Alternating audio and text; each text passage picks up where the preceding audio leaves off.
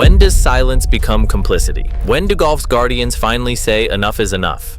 This past weekend, what's your opinion of the golf? Europe was amazing.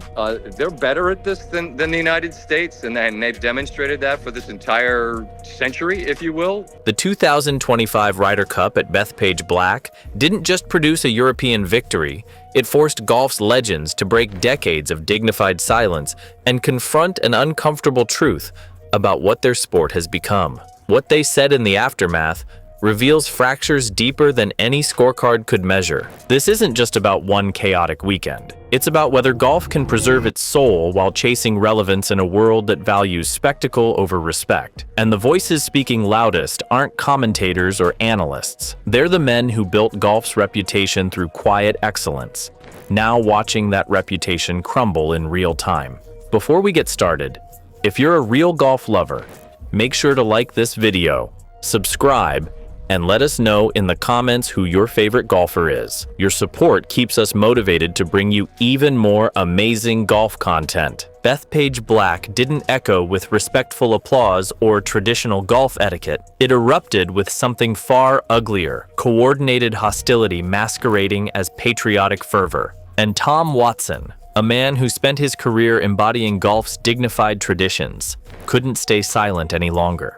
Watson's public statement carried weight precisely because of who delivered it. This wasn't a casual observer or someone prone to controversy. This was someone who had led American teams, competed in golf's fiercest rivalries, and understood the Ryder Cup's traditions better than almost anyone alive. When he said, "I am ashamed," golf's establishment had to listen. The behavior Watson condemned wasn't spirited support or passionate fandom. It was something that violated everything he believed golf represented.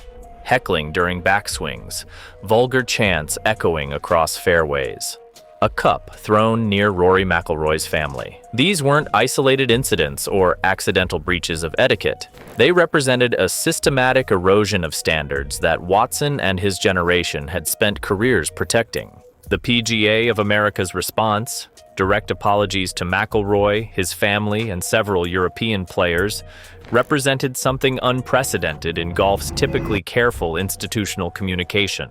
For an organization that typically speaks in measured diplomatic language, these explicit apologies signaled recognition that something fundamental had broken. For legends who grew up believing silence was sacred during competition, that respect for players was non-negotiable, Bethpage felt like witnessing desecration of something holy. One retired professional captured it perfectly during ESPN's coverage, noting that golf once taught etiquette before swing mechanics, values before victories. Watson's shame transformed the narrative from isolated bad behavior into systemic failure. It reframed the conversation from individual fan misconduct to fundamental questions about whether golf can still command respect when its premier events resemble hostile environments rather than sporting competitions. Try to make it an amazing experience, Gary.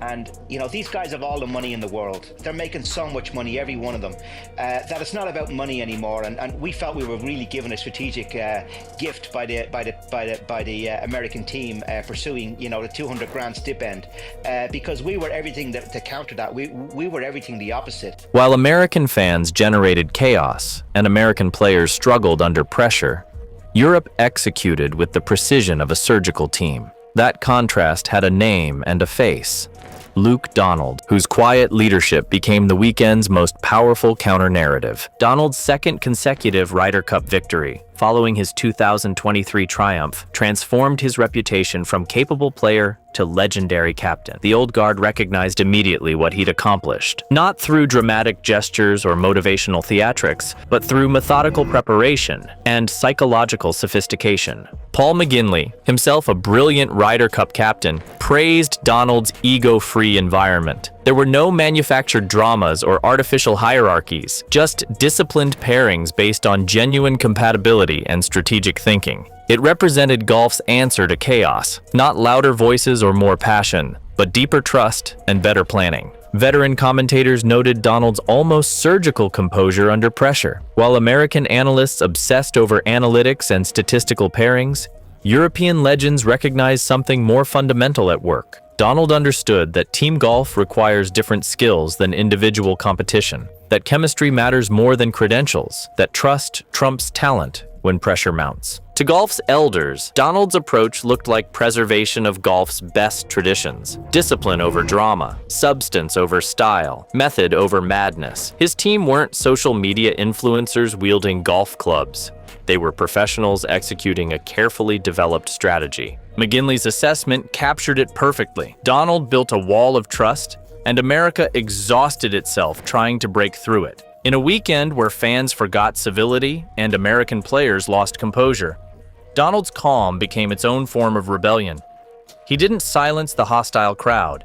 He simply outlasted it through superior preparation and unshakable poise. Then came Sunday's dramatic subplot: Bryson DeChambeau's remarkable comeback against Matt Fitzpatrick.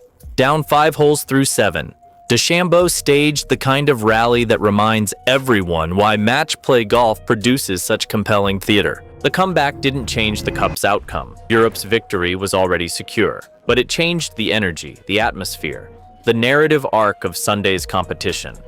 Veteran commentators recognized it immediately as classic Ryder Cup drama, emotion weaponized as strategy, adrenaline transformed into currency. The American bench suddenly animated after hours of deflation. Bethpage's hostile energy found new focus. For perhaps 10 glorious holes, it felt like momentum might actually shift. One former captain, analyzing the match in real time, noted that DeChambeau brought oxygen back into a suffocating atmosphere. Golf's legends appreciated the performance, even while shaking their heads at its chaos. This was unfiltered competition at its finest, the kind of raw emotion that reminds everyone why the Ryder Cup exists beyond statistics and strategy. They compared it to Medina in 2012, another moment when belief temporarily overcame overwhelming odds. For Europe, DeChambeau's surge represented a different kind of test. Legends noted how Donald's team absorbed that pressure without panicking, maintaining composure while America's emotional roller coaster threatened to derail European focus. It became a clinic in emotional management, how to handle momentum shifts without losing strategic discipline. The match itself became metaphorical, new golf's flash and power against old golf's patience and poise. Somewhere between the noise and the comeback, golf's legends saw what they'd been missing. That rare intersection where madness meets mastery, where chaos breeds brilliance. When the post-mortem analysis began, one name dominated uncomfortable conversations: Scottie Scheffler, the world's #1 player, golf's most consistent performer, America's expected anchor, suddenly looking mortal, rattled, even lost. Golf's elder voices didn't mince words in their assessments. "You can't have your top player performing like he's drowning," one veteran noted during Golf Channel's coverage. Another observation cut deeper. Scheffler looked isolated, disconnected from teammates who should have been his support system. Analysts blamed Captain Keegan Bradley's pairing decisions, suggesting that algorithmic approaches ignored human chemistry and emotional compatibility.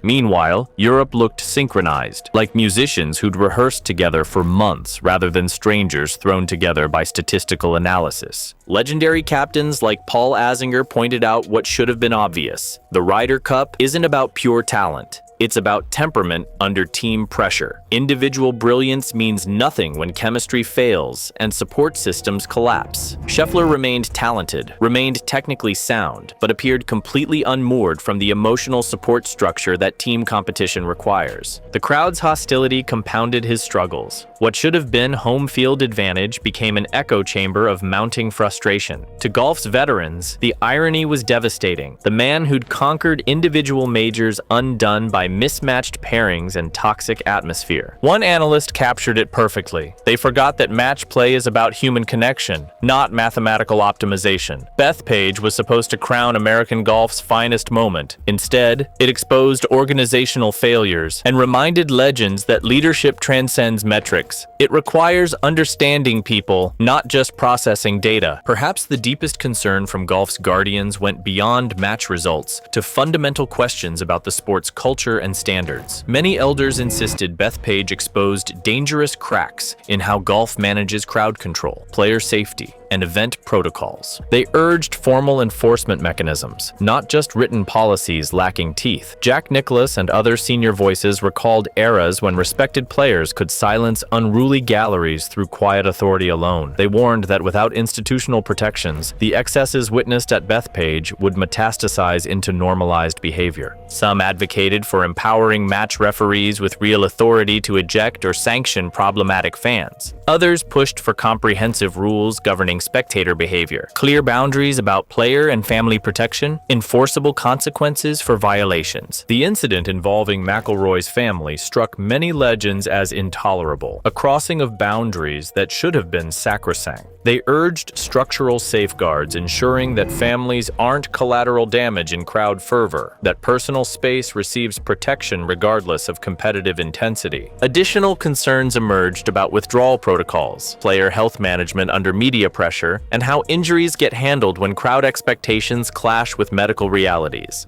These weren't abstract policy debates. They were urgent questions about duty of care in modern professional golf. In the legend's view, Bethpage should mark a turning point. Tradition can't become excuse for institutional laxity. The sport needs balance between spectacle and decorum, ensuring that crowd passion enhances rather than drowns player dignity. Golf must choose consciously whether to evolve enforcement or risk eroding its moral foundation entirely. Now that the noise has faded and the chaos subsided, golf's legends face a sobering question. What will Bethpage ultimately represent? The scoreline records another European victory, but in the collective memory of golf's elders, this Ryder Cup will be remembered as the weekend golf lost its manners. Luke Donald's composed captaincy drew universal praise from the old guard. Cool under fire, one legend noted. A class act, echoed another. Yet their admiration carried disappointment that Donald had to lead amid disorder rather than pure competition, that his brilliance was tested by chaos rather than celebrated in proper context. On the American side, Keegan Bradley's emotional response earned grudging respect even from critics. His passionate plea for reform gave the Cup's chaos potential purpose. Still, the overarching theme from Legends was unmistakable.